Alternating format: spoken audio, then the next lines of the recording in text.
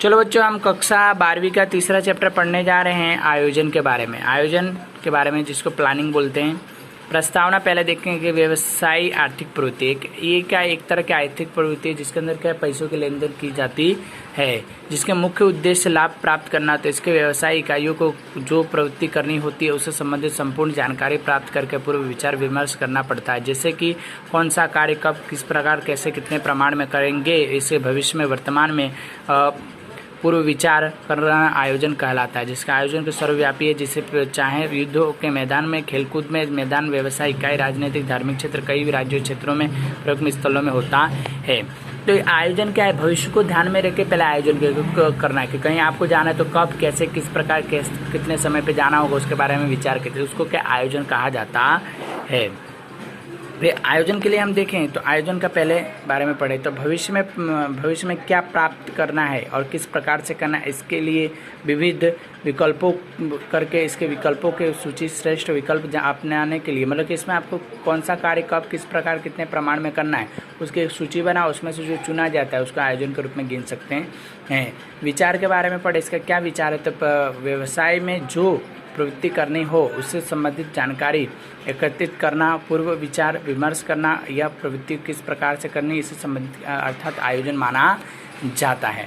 ठीक है, मतलब कि कौन सा कार्य कब किस प्रकार कैसे प्रवृत्ति की जाती है उसको जो पहले से विचार विमर्श कर लिया जाए तो उसका आयोजन के रूप में गिना जाता है। इसके लक्षण के बारे में पढ़ेंगे, मतलब व्याख्या पहले पढ़ते हैं। डॉग बिल गोटे एज ने क्या कहा उसके बारे में। आयोजन का कार्य अर्थात चुनाव का कार्य, वो मानते हैं कि आयोजन मतलब क्या होता है, एक चुनाव करना होता है, तो कौन सा कार्य हमको करना है इस चुनाव।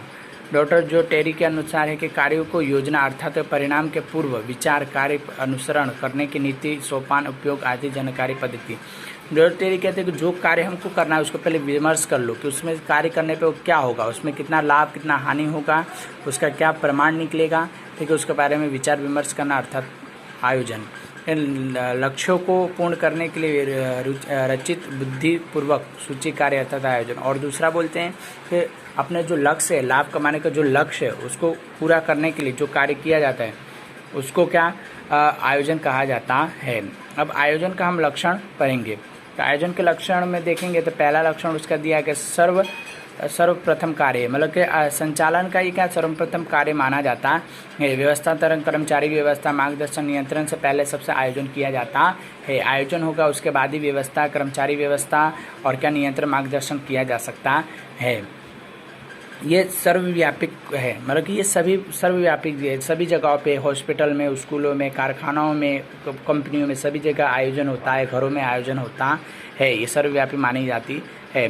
तीसरा पॉइंट देखें तो चेतक और बौद्धिक प्रक्रिया। चेतक बौद्धिक मतलब कि ये क्या, ये सोच समझकर दिमाग से बुद्धिपूर्वक कार्य करने का आयोजन होता है। आयोजन बनाने वाला व्यक्ति जो होता है बुद्धिपूर्वक कार्य करता है, जिसमें आपने देखा को स्कूल में अगर टाइम टेबल बनते हैं तो आयोजन अच्छी तरह होता है कि कोई एक समय पे कोई दो टीचर ना आ सके, इस प्रकार से अलग अलग किए होते हैं। परिवर्तनशीलता, आयोजन में क्या होता है, हमेशा परिवर्तनशीलता होती है। इसमें कभी भी परिवर्तन मौसम के चाहे तिथि चाहे समय को ध्यान में रख करके इसमें क्या संयोग देख करके क्या परिवर्तन किया जा सकता है। ऐसा नहीं कि इसमें कोई परिवर्तन एक बार बन गया आयोजन तो परिवर्तन नहीं, समय देख करके इसमें परिवर्तन किया जा सकता है।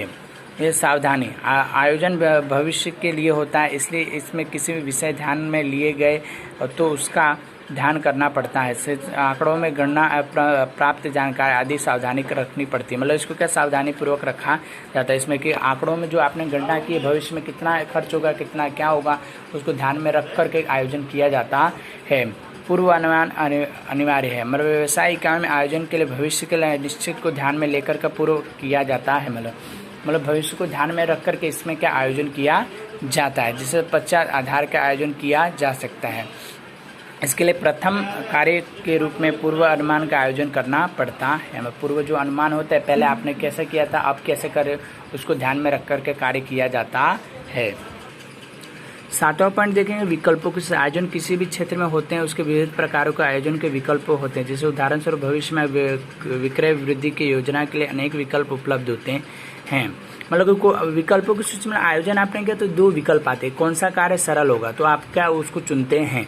तो दोनों में से कौन सा कार्य सरल कब किस प्रकार कैसे करेंगे उसके लिए जो आपको योग्य लगता है तो उसको चुना जाता है। तो इसमें दो विकल्प तो उसमें कोई एक चुनना पड़ता है। भविष्य के साथ संबंध, आयोजन का भविष्य के साथ संबंध होता है। इसके लिए कोई भी आप आयोजन करते हो तो भविष्य को ध्यान में रख कर किया जाए। आज घर बनते तो घर को भूकंप रोधक बनाया जाता है। क्या आज अगर भविष्य में भूकंप आए तो ना गिरे तो उसको ध्यान में रख करके किया जाता है।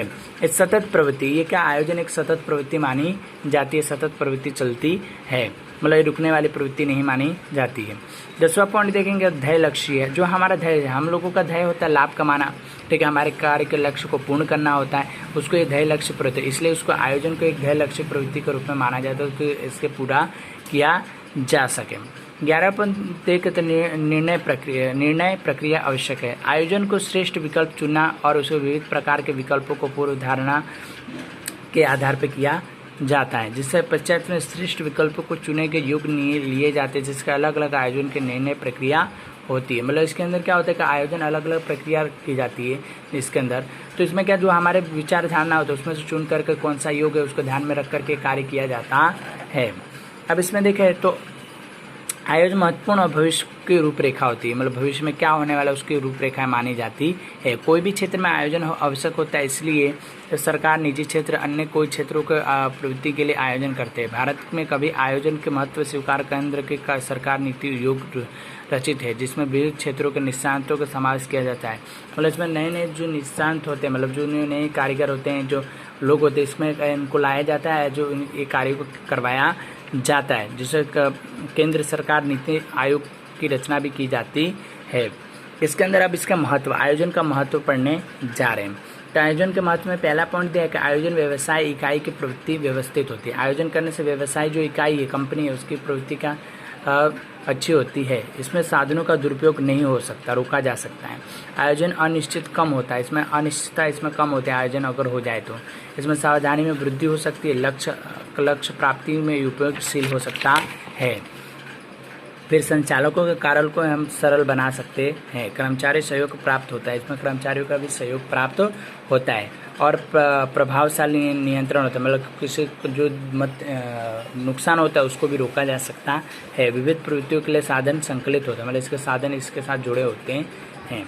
अब कल हम सीमाएं पढ़ेंगे, आयोजन की सीमाओं के बारे में पढ़ेंगे। आज के लिए इतना ही, धन्यवाद।